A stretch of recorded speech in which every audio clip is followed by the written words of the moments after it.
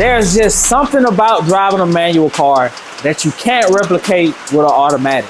In this video, I'll break down why 98% of the time, I'll choose a manual over an automatic. God is everything. Without God, I'm nothing.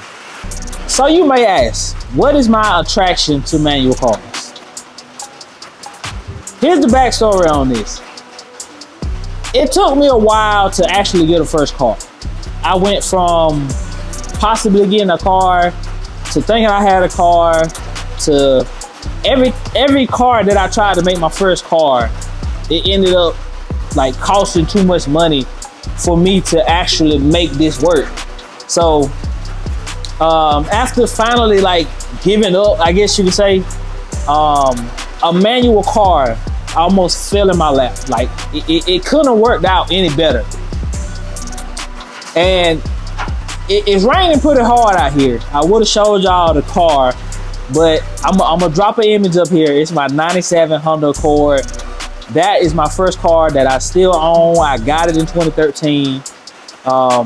And even before I owned that car, there were always Fox bodies and Camaros and Mustangs that were manual. And it was just something about hearing that. It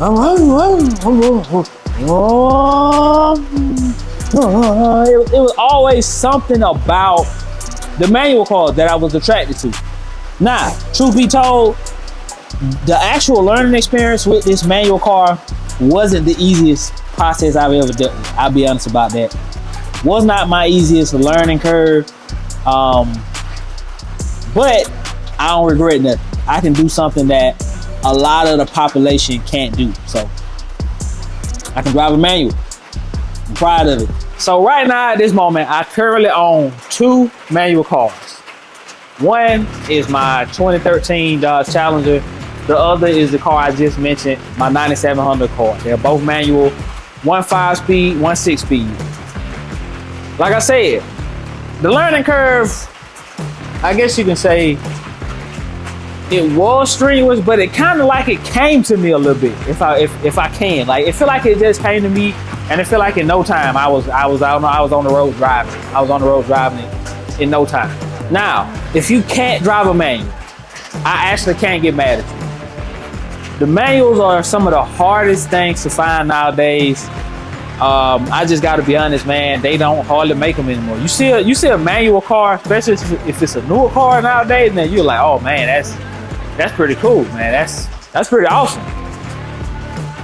Back in the day, they were not that hard or that difficult to come by a manual car. But so on the racing side of it, let's talk about the racing side of it. So if you're racing, let's just say you're out racing, and you trying to decide if you want to go manual or not.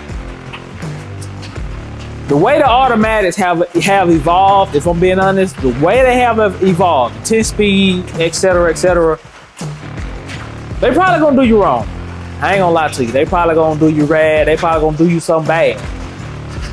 I really hate to say it, but I'm the type of person where I do things for fun. I don't really care. If I beat you, I beat you. If I beat you, I'm gonna talk all the junk in the world. But I mean, I know you're automatic. You're technically supposed to beat me. Automatic is fast, but I mean, if you daily driving it, or if it's like your toy, it ain't no fun. You just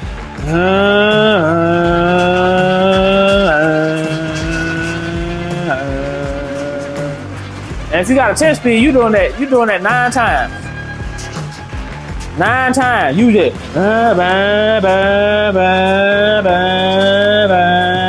you did the whole time, nothing. But with a stick shift, you gotta put some love into that thing. You got your foot on the clutch, you like oh,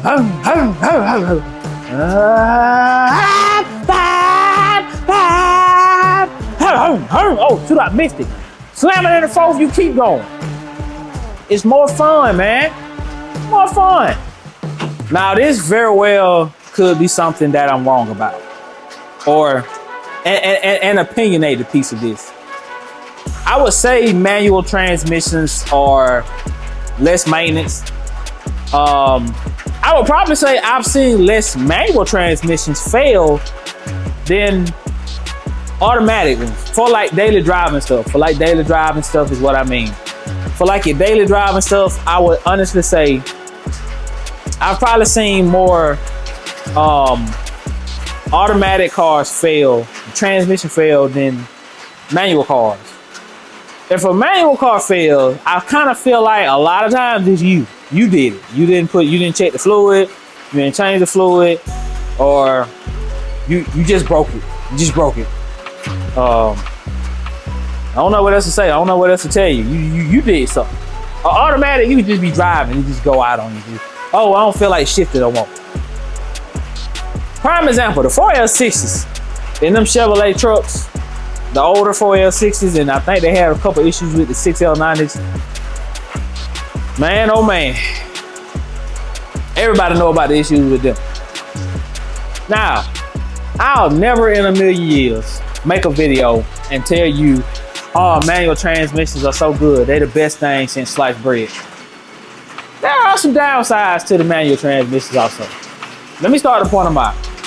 One of them is, now, replacing the clutch ain't something that you gotta do every 200 or 300 miles. That's not something, that's not that. I've had a clutch in my 97 Honda since probably like 2013 or 2014. I've had the exact same clutch in it. And even when I replaced that clutch, the other clutch wasn't gone. I just was, I had total transmission up. Like I said before, I hadn't checked the fluid, didn't have a drop of fluid in it. I noticed for the past week or so, going to fifth, it would jump out of fifth. And I'm like, oh man, what is that? But I slammed it back in there and it was fine. One day I was driving and the car just went blue. And even then I was able to drive it a little bit further to get it as close as possible to home. I ended up just getting my dad to come with his truck and pull me where I had to go. But like I said, that was my fault. But the clutch is one of the things. Another piece of it I would say is really one of my biggest issues with manual transmissions is in traffic. Don't get me started on being in traffic, man. That would just make me just delete this whole video and just start over and be like, oh, never mind, the manual transmission ain't worth nothing. But man, if you get caught up in some show enough traffic, I mean show enough Atlanta traffic sitting there and the traffic just inching up, you just going boom, boom, boom, boom, boom, boom, boom. Boom, boom, boom, boom, boom, boom, boom. Boom, boom, boom, boom, boom, boom, boom, boom. Boom, boom, boom, boom, boom, boom, boom. Boom, boom, boom, boom, boom, boom, boom. All day, but that left leg be stronger than a boy. But you hop out, but that left leg stronger, I don't know what, from twitching that clutch in and out. I want to say this. Driving a manual car is a skill. It's not like something that you can just hop in. Like, okay, you can get used to just regularly driving a stick, but if you want to race with a stick, it is literally a skill. It's not like, oh man, I got to go in the computer and change the shift points like you can on these new transmissions. Driving a manual is literally a sport, and it's let me get in here and try to pop the clutch at $2,000. Let me pop the clutch at 2,500. Let me try to feather the clutch so it don't spin. Driving a manual is literally a sport, man. It is not for the weak. It is not for somebody who don't have time to try to go test and trial and go through all the ups and downs that come with it. You know, maybe a clutch is too much. Maybe a clutch slip. Maybe it slips too much. Maybe you want it to slip. Maybe adjusting it because you want it to slip some. You don't want it to bite too hard to make the car spin, you know? So it is a lot to it, but out of everything I've driven, even when I get something else to drive when my Honda decides, hey man, I'm done, I will be looking for another manual car to daily drive. it.